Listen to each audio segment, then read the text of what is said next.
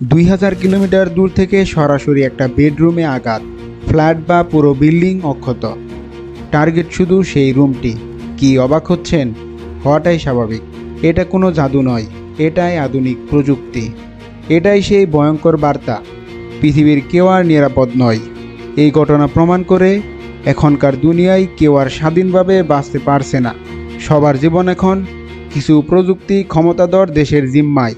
আমরা বহুবার শুনেছি, নলেজ ইজ পাওয়ার, জ্ঞানই শক্তি। আজ ইসরায়েল তা বাস্তবে প্রমাণ করে দিচ্ছে। মানুষ কেবলমাত্র জ্ঞানের মাধ্যমে হাতির মতো বিশাল ও শক্তিশালী প্রাণীকেও নিয়ন্ত্রণ করতে পারে।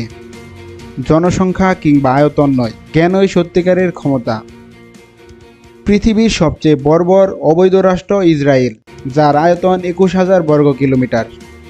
অন্যদিকে ইরানের আয়তন 16 লক্ষ বর্গ কিলোমিটার, অর্থাৎ ইরান ইসরায়েল থেকে 75 গুণ বড় এবং জনসংখ্যা অনেক বেশি। ইসরায়েলের জনসংখ্যা কত জানেন? মাত্র 1 কোটি। তবুও ইসরায়েল সামরিকভাবে কত এগিয়ে। এটাই প্রমাণ করে পৃথিবীতে মর্যাদার সাথে টিকে থাকতে আয়তন বা জনসংখ্যা নয়, জ্ঞান বিজ্ঞানে এগিয়ে থাকার কোনো বিকল্প নেই। তাই আপনার বর্তমান এবং ভবিষ্যৎ প্রজন্মকে জ্ঞান বিজ্ঞানে এগিয়ে নিতে সর্বোচ্চ চেষ্টা করুন।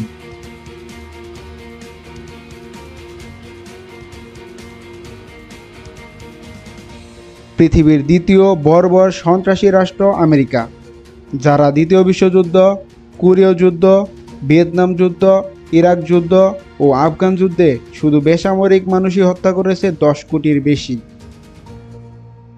পৃথিবীর নির্দিষ্ট কিছু দেশ পারমাণবিক বোমা রাখতে পারবে, কিন্তু অন্যরা তৈরি করলে সেটা হয়ে যাবে বিশ্ব শান্তির জন্য হুমকি। এর চেয়ে বড় ভণ্ডামি আর কি হতে পারে?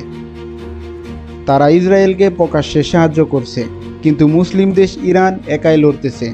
অথচ মানচিত্রে দেখুন, আশেপাশে কত কত মুসলিম দেশ সব নীরবে তামাশা দেখতেছে। ইসরায়েলের বর্বরতা আর কোন পর্যায়ে গেলে তারা ইসরায়েলের বিরুদ্ধে লড়বে? তারা মনে করছে আমরা তো নিরাপদ। আসলে সেটাই তাদের সবচেয়ে বড় ভুল। চীন ও রাশিয়া পৃথিবীতে ব্যালেন্স অফ পাওয়ার সৃষ্টি না করলে ইসরায়েল আমেরিকা কবেই সবাইকে ধ্বংস করে দিত, পৃথিবীর সকল দেশকে তাদের গোলাম বানিয়ে রাখত। যদিও চীন রাশিয়া নামমাত্র কিছু ভারসাম্য তৈরি করে রাখলেও তা মুসলমানদের জন্য প্রযোজ্য নয়। এই ইসরায়েল আমেরিকা চক্র একের পর এক মুসলিম দেশকে ধ্বংস করছে। ইরাক, আফগানিস্তান, সিরিয়া, এখন ইরান, আর ভবিষ্যতে হয়তো পাকিস্তান বা অন্য কেউ। সময়ের পরিবর্তনে পৃথিবীর ব্যালেন্স অফ পাওয়ার পরিবর্তন হবে। চীন, রাশিয়া বা যে কোনো দেশই তাদের অবস্থান পরিবর্তন করবে। তাই কারো উপর নির্ভর না করে মুসলিমদেরকে নিজস্ব শক্তিতে বলীয়ান হতে হবে। পৃথিবীর যাবতীয় অন্যায় ও বিচারের বিরুদ্ধে লড়তে হবে। যদিও গাজার শিশুদের পাশে দাঁড়াতে মুসলিম হওয়া লাগে না, মানুষ হলেই যথেষ্ট। সেই মানবতার খাতিরেই বিশ্বের সকল জাতি ও বিবেকবান মানুষকে একত্র হতে হবে এই অবৈধ দখলদার ইসরায়েলের বিরুদ্ধে। আজ নীরব থাকলে কাল হয়তো আপনার ঘরেই সেই 2000 কিলোমিটার দূরের অস্ত্র আঘাত হানবে।